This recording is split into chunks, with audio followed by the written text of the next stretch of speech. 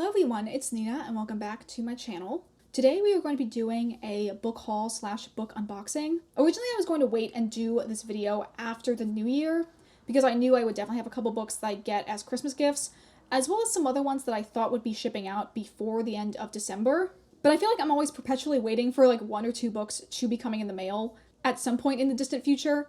So I decided to just go ahead and do an unboxing now, especially because I really just want to get these packages out of my house. And I also have a stack of books that I got in person or that I unboxed in a previous YouTube short that I'll try and remember to link somewhere above. And I figured I would show all of them together in this video now. So with that intro out of the way, let's get into the video. So I have 4 packages I want to unbox. One is from Pango, one is a Barnes & Noble pre-order, and then I have 2 books from Aluma. One is like a special edition I ordered and the other one is the November box. I'm going to start off with the first one, which is my Pango Books order.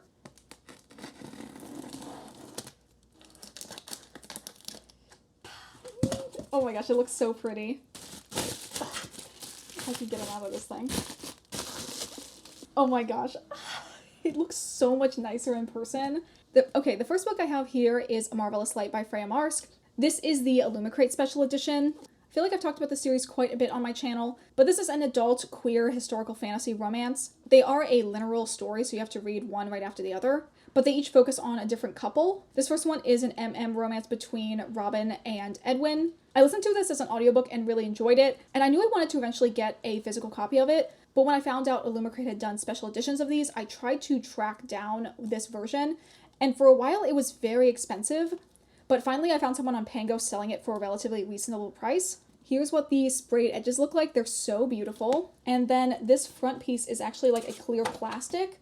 So they are like kind of on a separate thing. And then there is this printed design on the hardcover. It's also cool because the like text is also printed on this clear plastic so that you can read it when it's on the like kind of plain end papers. And it's also signed by the author. And I decided to take the plunge and get this special edition because through my subscription with Aluma, I was able to get the rest of the series. So in that YouTube short, I unboxed the second book in the series, which is A Restless Truth. Here's what the sprayed edges look like on this one. And again, it has this clear plastic piece and then the printed hardcover. And this one is a sapphic romance that focuses on Maud, who is the younger sister of Robin, the main character from the previous book, as well as another woman named Violet. This one I think might still be available in the Aluma shop that you can buy whether or not you have a subscription. And then one of the other Aluma I have is the third book in the series. So let's go back to unboxing and then I'll talk about that one when we get to it. The next package we have here is my Barnes & Noble pre-order.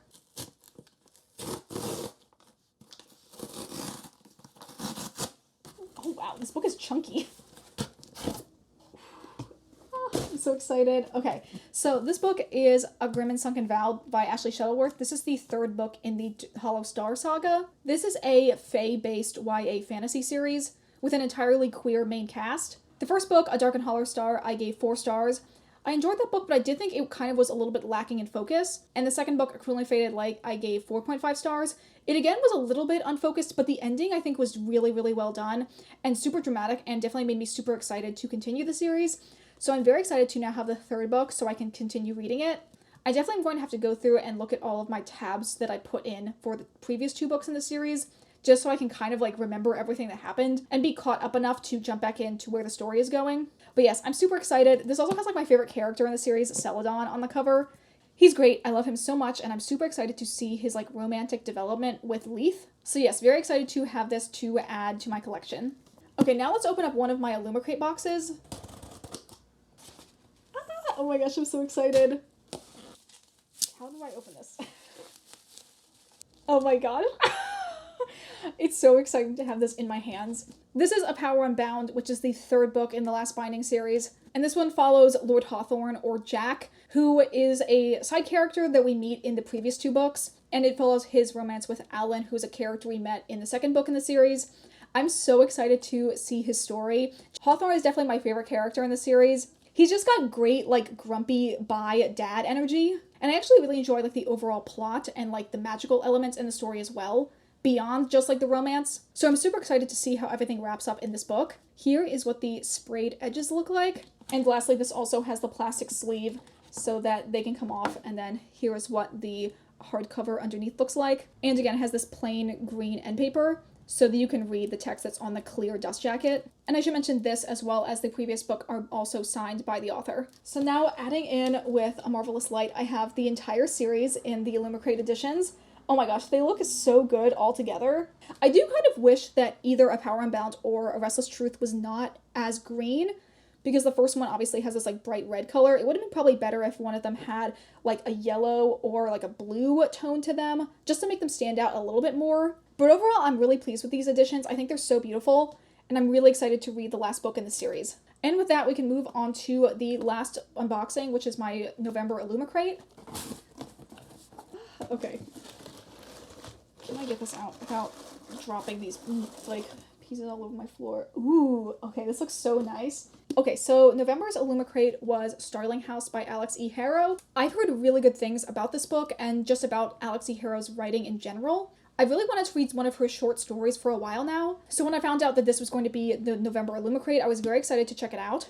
This is a slightly redesigned cover. I think originally these sparrows are like the entirety of the cover, but this one they kind of like made a pocket so that you can see through, because this is also a like clear dust jacket design. So we have like this kind of framing of all of the sparrows. And then if we take this off, there's an image of the house. This is really, really pretty.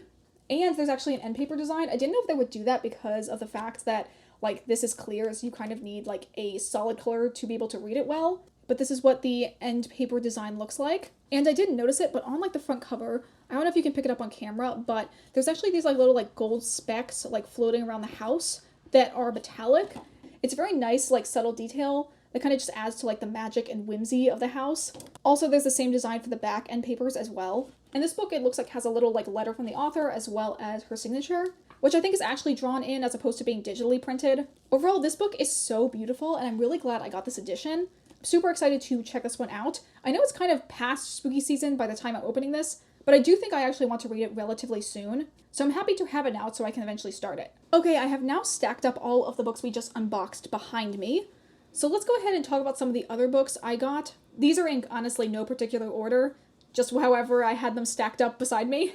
The first one I have here is Pandora by Anne Rice. This is one of the New Tales of Vampires, which is kind of like a subset of the Vampire Chronicles. And this is a backstory book for a character in the series named Pandora. I don't know that much about her. I know she's quite old, like one of the like 2,000-year-old vampires. And I believe she was turned by Marius, who is another vampire in like the main series. I found this at a used bookstore, which I'm very happy about because I had previously seen other editions of this book at different used bookstores, but I really wanted this like hardcover. It's a really cute like short hardcover for whatever reason. It also has these very, very like dramatic deckled edges on the side, which usually I'm not a big fan of, but I feel like for an older book like this, it really suits it. Don't know when I'm going to get to this because I have to read a lot of other books in the Vampire Chronicles before I get to this one, but I'm glad to at least have it in my collection. The next book we have here is The Spirit Bears His Teeth by Andrew Joseph White. This was the Dazzling Bookish Shop monthly pick for September. So it has this redesigned covers as well as custom sprayed edges.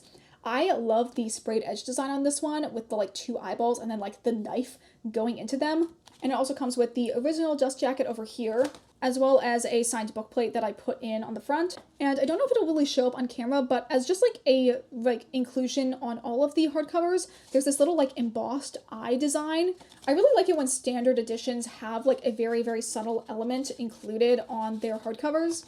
This, I believe, is a YA queer historical fantasy that follows our main character who is a trans boy as well as a medium. It's got like an old-timey setting, so I believe that he is hiding the fact that he's actually trans and is being prepared to be married off as like a bride to someone. But then when he rebels, he's forced to go to like a finishing school for girls who have supernatural powers. I've heard really good things about Andrew Joseph White's other book, Hell Followed With Us, and I definitely want to check that one out, but I figured since I got this one in the subscription, I would read this one first since I already have it. Originally I had put this on my November TBR, but I ended up running out of time, but I definitely have plans to read it at some point in 2024. The next book I have here is Unholy Terrors by Lyndall Clipstone. This book I had pre-ordered from Barnes & Noble. It's just a standard edition, but again, there is like a under the dust jacket design. I don't know if you can tell that at all on camera, but it's kind of this like embossed design of this kind of like vintagey looking floral, and then it says Unholy Terrors in the center. I don't know too much about the plot of this. I believe it's about a girl who's part of like this order that protects this magical wall or just some other magical area against these like monster people. And it seems like a very standard YA enemies to lovers fantasy romance, where she ends up making a pact with one of the monster boys to help her out with something, and then slowly they end up falling in love, which is against the rules for both of their groups. I really enjoyed Lake's Edge by Lyndall Clipstone, enough that I decided I wanted to pre-order one of her other books. Since I didn't really enjoy the second half of the Lake's Edge duology, I feel like the biggest problem with that other duology is that the second book, it kind of felt like she ran out of some ideas, and it just overall was a little bit stagnant and more so style over substance. But I think because this is a standalone, it'll hopefully be a little bit more condensed and have like a more direct focus to it, while still including some of the really nice elements of Lyndall Clipstone's writing style. So yes, I am hesitantly excited to read this one. Okay, the next two books I have to show you, I got from a truly like hole-in-the-wall small bookstore when we were in Delaware. I believe it was called Between Books, and it was literally like a small room off to the side of this like oddities store. But me and my wife both found like a bunch of really good books there. I ended up getting two.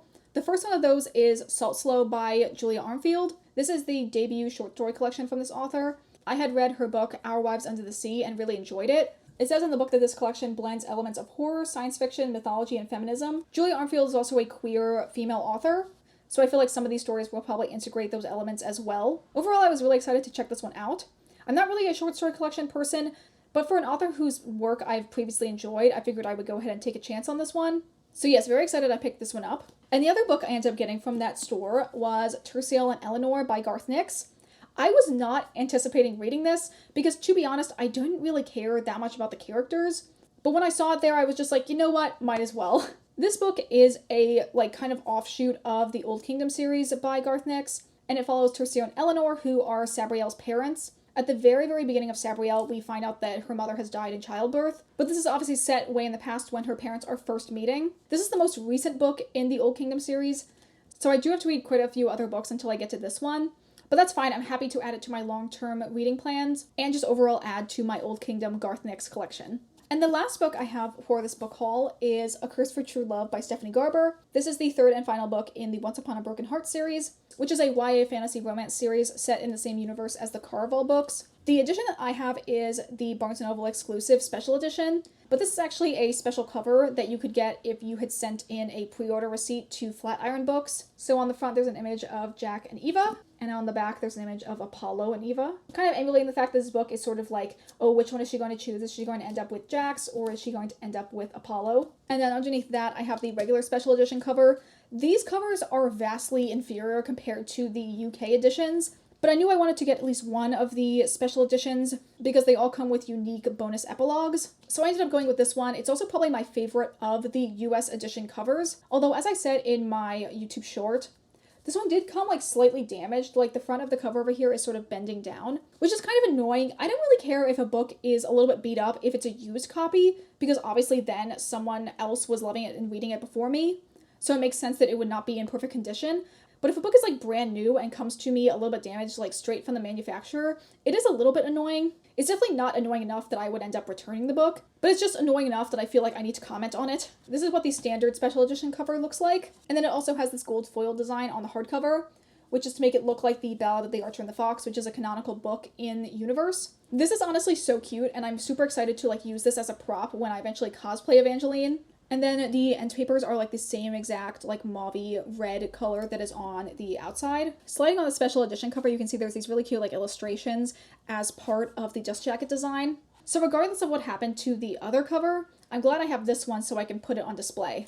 And with that, those are all the books in my recent book haul. I have 11 new books that I'm going to try and like Jenga fit in on my limited shelf space. Definitely need to do either a book unhaul or like get some other alternative storage solution for my books, because my bookshelves are like basically at max capacity right now. But that is going to be it for this video. I hope you guys enjoyed. If you did, consider liking this video, leaving a comment, or subscribing if you aren't already. As I've said in the last couple videos I've put out, I'm really pleased with all of the growth I've had on this channel. And any sort of like interaction you do with my videos is really helpful for me to get put into YouTube's algorithm. I don't know if it'll happen before the end of the year, but I think very soon we're going to hit 100 subscribers, which would be amazing if it could happen before the new year. It would just be a great way to start off the new year for me. But I'm incredibly thankful to everyone who's already subscribed and left comments on my videos. But that is enough rambling from me. I hope you all have a wonderful day, and I will see you all in the next video. Bye!